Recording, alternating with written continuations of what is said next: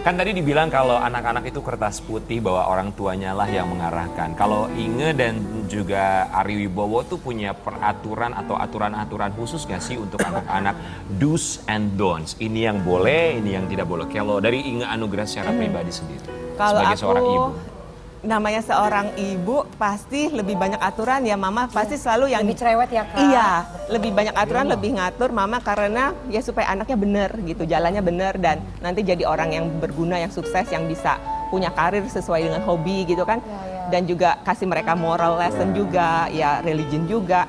Kalau biasanya kalau Dedi kan lebih yang fun, having fun di luar gitu-gitu. Jadi kayak good cop, bad cop lah di rumah. Jadi ya harus ada balance-nya gitu.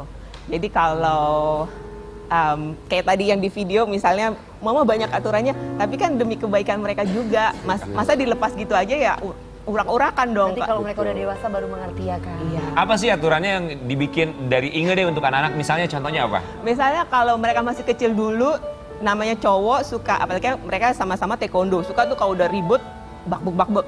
Nah itu aku udah bilang, pokoknya kalau kayak gitu lagi, duduk di kursi ngadep tembok.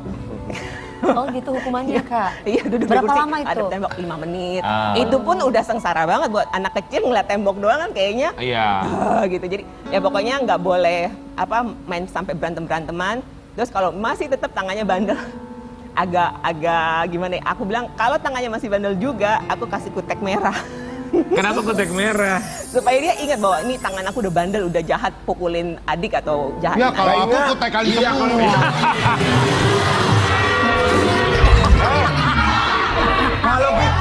Kalau kita jadi anak yang baik, kamu nakal, kasih kutek merah. Kutekin. Kutek. Enggak. Dikit-dikit bandel.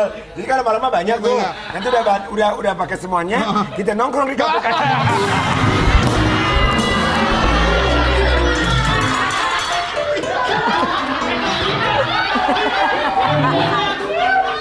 Gue mau nanya nih, lu berdua gue mau nanya. Iya. Ini lagi live tuh nggak masalah ngomong begitu?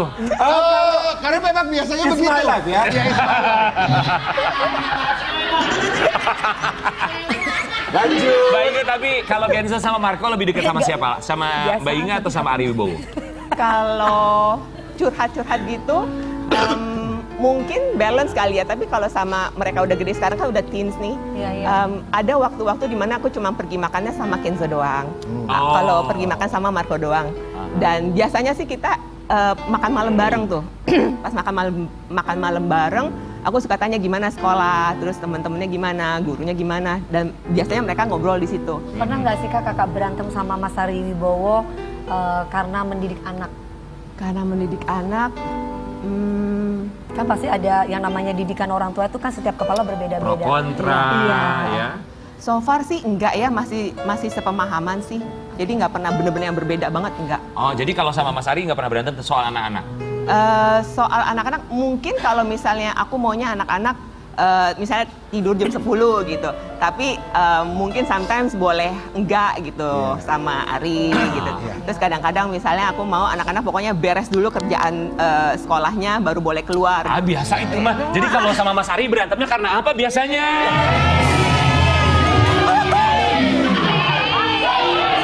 Karena apa sih? Penasaran aja aku. Iya, kita kan mau tahu Kak. Iya.